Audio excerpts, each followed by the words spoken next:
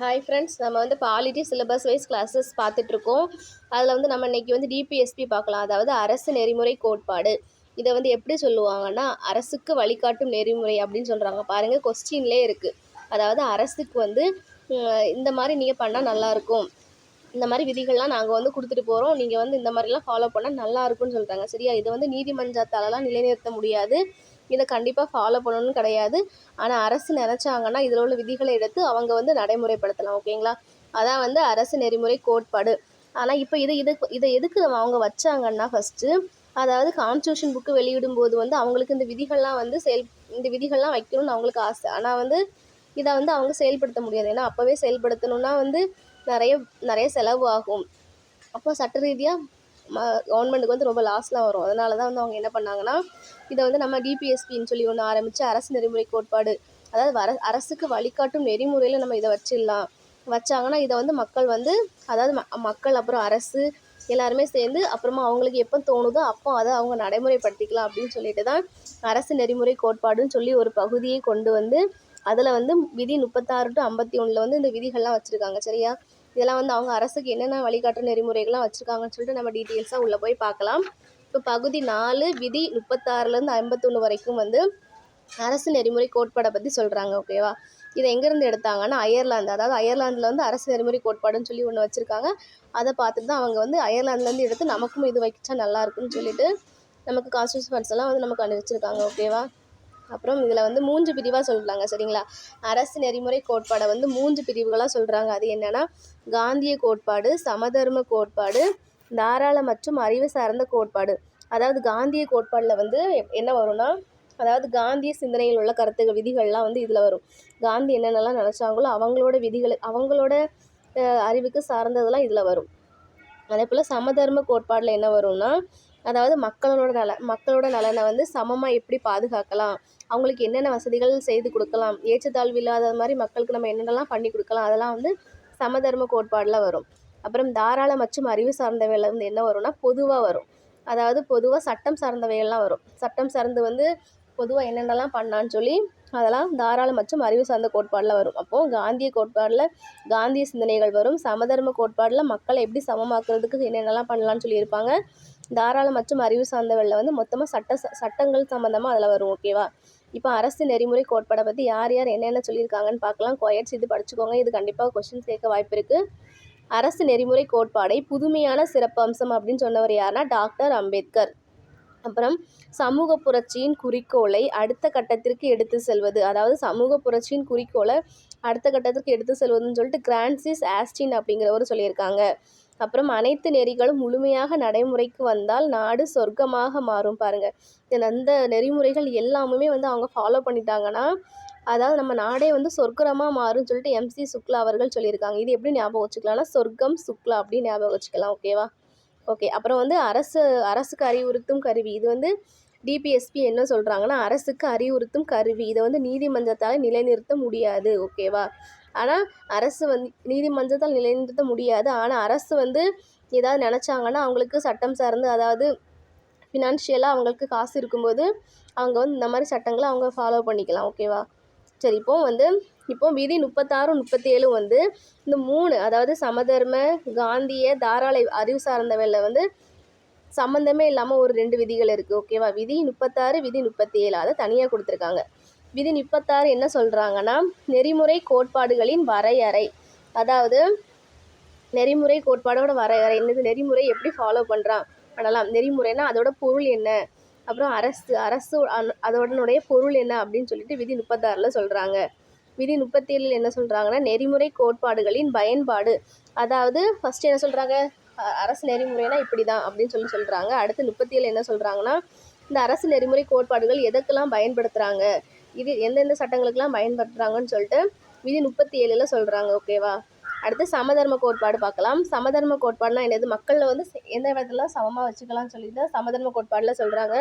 விதி 38 மக்களின் நலனை மேம்படுத்துதல். ஓகேவா?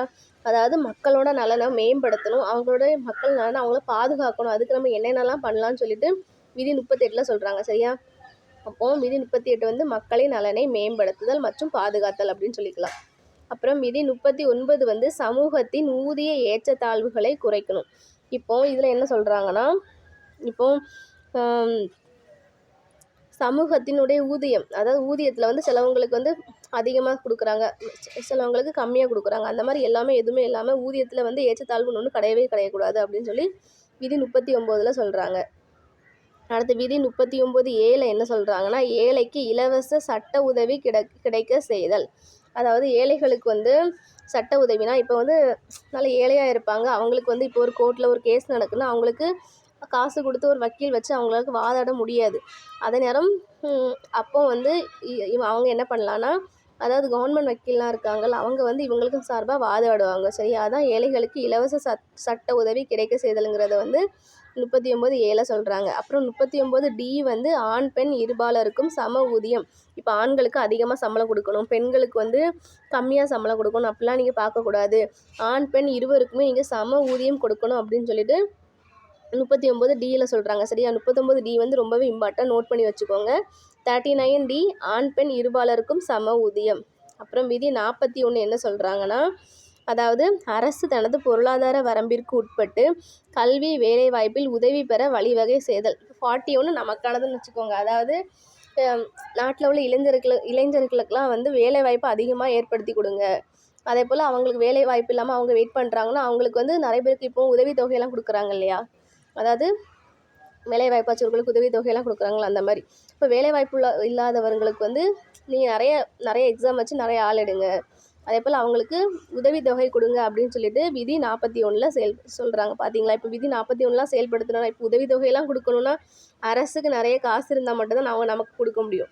அதனால தான் இவங்க டைரெக்டாக சொல்லாமல் டிபிஎஸ்பியில் வச்சுருக்காங்க. ஓகேவா? நீங்கள் அதை நம்ம படிக்கும் போதே நமக்கு தோணும், இந்த மாதிரி உள்ளதெல்லாம் அவங்க பண்ணணுன்னா அவங்களுக்கு ஃபினான்ஷியலாக நிறைய காசு வேணும் அரசுக்கு. அதனால தான் அவங்க கொண்டு போய் டிபிஎஸ்பியில் வச்சுருக்காங்க. அப்புறம் விதி 42 வந்து பணியிடத்தில் பாதுகாப்பாக பணி சூழல் மற்றும் மகப்பேறு உதவி செய்யணும். விதி 42 வந்து எப்படின்னா, சிலவங்க வந்து ஒர்க் பண்ணிட்டு, அதாவது ப்ரெக்னென்ட் லேடிஸ்லாம் இருப்பாங்க, அப்போ அவங்க ஒர்க் பண்ணும்போது அவங்களுக்கு வந்து எந்த விதத்துலையும் அவங்களுக்கு லீவ் கொடுக்கணும். அதே போல் அவங்களுக்கு வந்து ஏதாவது மருத்துவ உதவி வேணால் நீங்கள் உடனே செய்யணும். இப்போது ப்ரெக்னெண்ட்டாக இருக்கும்போது எல்லாருக்குமே லீவ் கொடுக்குறாங்க பார்த்தீங்களா, அந்த மாதிரி தான் எல்லாருக்குமே எல்லாம் பண்ணணும். அதாவது பணியிடத்தில் வந்து பாதுகாப்பான பணி சூழலில் இருக்கணும், அவங்களுக்கு எதுவுமே கஷ்டப்பட மாதிரி எதுவுமே இருக்கக்கூடாது. அதே போல் மகப்பேறு டைமில் வந்து அவங்களுக்கு வந்து லீவ் கொடுக்கணும். அதே போல் அவங்களோட சேஃப்டியை நல்லா பார்த்துக்கணும் அப்படின்னு சொல்கிறதுக்காக தான் விதி 42 வச்சுருக்காங்க. அடுத்து விதி 43 வந்து வாழ்வூதியம் உறுதி செய்தல். அதாவது ஒவ்வொரு மனுஷனும் ஊதியத்துக்காக கஷ்டப்படக்கூடாது, அவங்களுக்கு வந்து வாழ்வூதியம்னு சொல்லி ஒன்றை வழங்குங்க, சரிங்களா, அப்படின்னு சொல்கிறாங்க. அதான் வாழ்வூதியம் உறுதி செய்தல். அப்புறம் விதி 43A வந்து தொழிற்சாலை நிர்வாகத்தில் தொழிலாளர்களை பங்கேற்க செய்தல். இப்போ போல் ஒரு தொழிற்சாலை ஒருத்தவங்க ஒர்க் பண்ணுறாங்கன்னா அது வந்து எல்லாமே மேலே உள்ளவங்க தான், அதாவது அவங்களுடைய ஓனர்ஸ்லாம் இருக்காங்கல்ல, அவங்கெல்லாம் வந்து அந்த தொழிலாளர்களே பங்கேற்க செய்யணும், அவங்களுக்கு கொஞ்சம் உரிமை கொடுக்கணும், அவங்களும் கொஞ்சம் முடிவெடுக்கிற மாதிரி எல்லாமே அவங்க தான் ஹெட்டு. அதாவது அங்கே ஒர்க் பண்ணுறவங்களுக்கும் கொஞ்சம் நீங்கள் நல்லா ஃப்ரெண்ட்ஷிப்பாக பழகணும், அதே போல் அவங்களும் ரொம்ப வேலை வாங்காமல் அவங்களும் எல்லாத்துலேயுமே நீங்கள் ஈடுபடுத்துங்க அப்படின்னு சொல்கிறாங்க. சரியா? அதான் தொழிற்சாலை நிர்வாகத்தில் தொழிலாளர்களை பங்கேற்க செய்தல். அடுத்து விதி 47 வந்து ஊட்டச்சத்து அளவு உயர்த்துதல் மற்றும் வாழ்க்கை தர மேம்பாடு. மக்களினுடைய வாழ்க்கை தரத்தை மேம்படுத்தணும், அந்த மாதிரிலாம் அதுக்காக என்னென்னலாம் பண்ண முடியுமோ அதெல்லாம் பண்ணுங்க அப்படின்னு சொல்லிட்டு ஊட்டச்சத்து அளவு உயர்த்துதல் மற்றும் வாழ்க்கை தர மேம்பாடில் வந்து விதி 47 சொல்கிறாங்க. ஓகேவா? இப்போ நம்ம இதில் வந்து நம்ம என்ன பார்த்துருக்கோம், சமதர்ம கோட்பாடில் உள்ள எல்லாமே பார்த்துட்டோம். மக்களுக்கு வந்து எப்படி சமமாக என்னெல்லாம் பண்ணலான்னு சொல்லி மக்களோட உடல் நலம் சார்ந்தது அந்த மாதிரி எல்லாமே பார்த்தாச்சு. அடுத்து காந்திய சிந்தனைகளில் எதெல்லாம் ஒத்து போகுதுன்னு பார்க்கலாம். அதான் காந்திய கோட்பாடுகள் அப்படின்னு சொல்லியிருப்பாங்க. விதி 40 வந்து கிராம பஞ்சாயத்தை அமைத்தலுங்க. பாருங்கள், நம்ம ஏற்கனவே படிச்சிருக்கோம். அதாவது விதி 40 கிராம பஞ்சாயத்தை அமைக்கணும்னு சொல்லி நம்ம காந்தி அவர்கள் தான் சொல்லியிருப்பாங்க. காந்தி தான் கிராமம் தான் நம்ம இந்திய நாட்டோட அச்சாணி முதுகெலும்புலாம் சொல்லியிருப்பாங்க. சரிங்களா? அவங்களோட கோட்பாடு கிராம பஞ்சாயத்து அமைச்சல் விதி 40. இதை வச்சு தான் நமக்கு வந்து உள்ளாட்சி அமைப்புகள்லாம் உருவாக்கியிருக்காங்க. சரிங்களா? அப்போ இது உங்களுக்கு தெரியும். விதி 40 கிராம பஞ்சாயத்து அமைத்தல்ங்கிறது ரொம்பவே இம்பார்ட்டன்ட், நோட் பண்ணி வச்சுக்கோங்க. அதே போல் அங்கே ஆணுக்கு பெண், அதாவது சமதர்ம கோட்பாடில் ஆணுக்கும் பெண்ணுக்கும் சம ஊதியம் சொல்லியிருப்பாங்க பார்த்தீங்களா, அதையும் நல்ல இம்பார்ட்டன்ட். அது வந்து 39D வரும். ஓகேவா? இங்கே வந்து விதி 40 கிராம பஞ்சாயத்து அமைத்தல் இம்பார்ட்டன்ட். அடுத்து விதி 43 வந்து கூட்டுறவு தனியார் பங்கேற்பு மூலம் கிராமப்புற குடிசை தொழில்களை மேம்படுத்துதல். இப்போ நம்ம எல்லா ஊர்லேயுமே பாருங்கள் சொசைட்டின்னு ஒன்று வச்சுருப்பாங்க. அங்கே வந்து எல்லாருக்குமே நீங்கள் சொசைட்டின்னு ஒன்றை உருவாக்குங்க. இங்கே வந்து சொசைட்டியில் வந்து எல்லாருக்குமே வந்து அவங்க கிராமத்தில் உள்ள மக்கள்லாம் வந்து இருப்பாங்க. அப்போ அவங்களுக்கு வந்து அவங்க வந்து சின்ன சின்ன தொழில்கள் வைக்கிறதுக்கு நிறைய பேர் வந்து ஊறுகாய் செய்வாங்க. அந்த மாதிரிலாம் நிறைய இருக்குது பார்த்தீங்களா. சின்ன சின்ன மக்கள் குடிசை தொழில்கள், அதாவது நிறைய கடலை மிட்டாயெல்லாம் செஞ்சு விற்பாங்க. அந்த மாதிரிலாம் இருக்காங்கள்ல. அப்போ அவங்களுக்கு நீங்கள் கூட்டுறவுலேருந்து கடன் கொடுங்க. அவங்களுடைய தொழில் புதுசாக ஸ்டார்ட் பண்ணுறதுக்கு, இருக்க தொழிலை மேம்படுத்துறதுக்கு வந்து அவங்களுக்கு நீங்கள் கடன் கொடுங்க அப்படின்னு சொல்கிறாங்க. சரிங்களா. இப்போ கூட்டுறவில் வந்து நீங்கள் கடன் கொடுங்கன்னு சொல்லிட்டாங்க. அப்போ என்ன செய்யணும், அடுத்து கூட்டுறவு சங்கங்களை தோற்றுவிக்கணும்ல. அதுக்காக தான் விதி 43B வந்து கூட்டுறவு சங்கங்களை தோற்றுவிக்கணும்னு சொல்லியிருக்காங்க. அப்போ விதி 43ல் கூட்டுறவில் நீங்கள் கடன் கொடுங்க, அவங்க தொழில்களை மேம்படுத்துன்னு சொல்கிறாங்க. அதே நேரம் 43B வந்து கூட்டுறவு சங்கங்களை தோற்றுவிக்கணும்னு சொல்கிறாங்க. அப்போ விதி 43யும் விதி 43B இம்பார்ட்டன்ட், நோட் பண்ணி வச்சுக்கோங்க.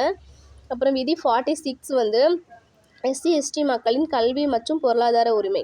அப்போது நிறைய கிராமத்துலலாம் உள்ள ஒடுக்கப்பட்ட மக்கள்லாம் வந்து கல்வி உரிமையெல்லாம் கிடைக்காம கஷ்டப்படுறாங்க. அப்போ அவங்களுக்கு வந்து நீங்கள் வந்து கல்வி உரிமை, பொருளாதார உரிமை எல்லாமே அவங்களுக்கு கொடுங்க அப்படின்னு சொல்லி விதி 46ல் சொல்கிறாங்க. இதுவும் இம்பார்ட்டன்ட் தான். அப்புறம் விதி 47 வந்து போதைப் பொருள் தடை மற்றும் உணவுப் பொருள் பாதுகாப்பு. இதையும் பாருங்கள், போதைப் பொருள் தடையை வந்து அவங்க ஒரு சட்டமாக வைக்காமல் அதை DPSPயில் வச்சுருக்காங்க. ஏன்னா போதைப் பொருள் தடைன்னு கொண்டு வந்தாங்கன்னா நிறைய பேர் வந்து அதை எதிர்க்கவங்களும் இருப்பாங்க, அதுக்கு ஃபேவராகவும் நிறைய பேர் இருக்கிறாங்க. அதனால தான் இதை DPSPயில் கொண்டு வச்சுருக்காங்க. அப்புறம் உணவுப் பொருள் பாதுகாப்பு எல்லா பொருளையுமே கலப்படம் இல்லாமல் இருக்கணும் அப்படின்னு சொல்கிறதுக்காக தான் உணவுப் பொருள் பாதுகாப்பையும் போதைப் பொருள் தடையும் வந்து விதி 47ல் சொல்கிறாங்க. அப்புறம் விதி 48 வந்து பசு மற்றும் கன்று வதையை தடை செய்தல். அதாவது பசுக்களை வந்து, அதாவது மிருகங்களெல்லாம் கொல்லக்கூடாது, அதுங்களை வதை செய்யக்கூடாது, அதை கஷ்டப்படுத்தக்கூடாது அப்படின்னு சொல்லிட்டு தான் விதி 48ல் வந்து பசு மற்றும் கன்று வதையை தடை செய்தல்னு சொல்லி வச்சுருக்காங்க. இதுவும் இம்பார்ட்டன்ட், நோட் பண்ணி வச்சுக்கோங்க. அப்புறமா வந்து தாராள மற்றும் அறிவு சார்ந்தவை இல்லை என்னெல்லாம் இருக்குன்னு சொல்லி பார்க்கலாம். விதி 44 வந்து நாடு முழுவதும் பொதுவான சிவில் சட்டம் கொண்டு வருவது. அதாவது இந்தியா ஃபுல்லாகவுமே ஒரே சட்டம் கொண்டு வரணும். ஓகேவா. இந்தியா ஃபுல்லாகவுமே எல்லாருமே ஒரே சட்டத்தை கொண்டு வாங்க அப்படின்னு சொல்கிறாங்க. அடுத்து விதி 45 வந்து 6 வயது வரை உள்ள குழந்தைகளின் ஆரோக்கியம் பாதுகாத்து இலவச கல்வியை வழங்க வேண்டும். இது ரொம்ப ரொம்ப இம்பார்ட்டன்ட், நோட் பண்ணி வச்சுக்கோங்க. கல்வியை பற்றி கூறக்கூடிய 2 விதிகள் இருக்குது. அதாவது 45ல் வந்து என்ன சொல்கிறாங்க, 0லேருந்து 6 வயது வரை உள்ள குழந்தைகளுக்கு வந்து ஆரோக்கியம் பாதுகாத்து இலவச கல்வியை வழங்கணும்னு சொல்கிறாங்க. அதே நேரம் நமக்கு 21A வந்து அடிப்படை உரிமையில் என்ன சொல்லியிருப்பாங்கன்னா, 6லேருந்து 14 வயது வரை உள்ள குழந்தைகளுக்கு வந்து நீங்கள் வந்து கட்டாய கல்வி கொடுக்கணும் அப்படின்னு சொல்லியிருப்பாங்க. சரி, அதாவது இந்த விதி 45 வச்சு தான் அடிப்படை உரிமையில் உள்ள 21A வந்து ஆட் பண்ணியிருப்பாங்க. சரியா.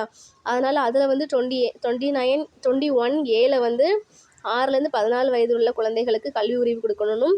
விதி 45ல் வந்து 6 வயது வரை உள்ள குழந்தைகளுக்கு இலவச கல்வி கொடுக்கணும்னு சொல்லியிருக்காங்க. ஓகேவா. அப்போ விதி 21Aயும் விதி 45ம் இம்பார்ட்டன்ட், நோட் பண்ணி வச்சுக்கோங்க. அப்புறம் விதி 48A வந்து சுற்றுச்சூழல் பாதுகாப்பு.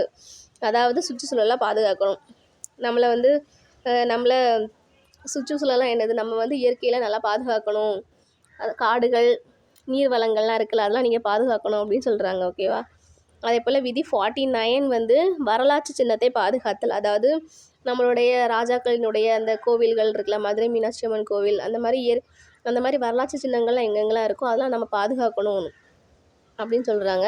அடுத்து விதி 50 வந்து நீதித்துறையை நிர்வாகத்திலிருந்து பிரித்தல். இது ஞாபகம் வச்சுக்கோங்க. 50-50 நீதியும் நிர்வாகம் 50-50 அப்படின்னு ஞாபகம் வச்சுக்கோங்க. நீதித்துறையை நிர்வாகத்திலேருந்து பிரிக்கணும் அப்படின்னு சொல்கிறாங்க. ஓகேவா.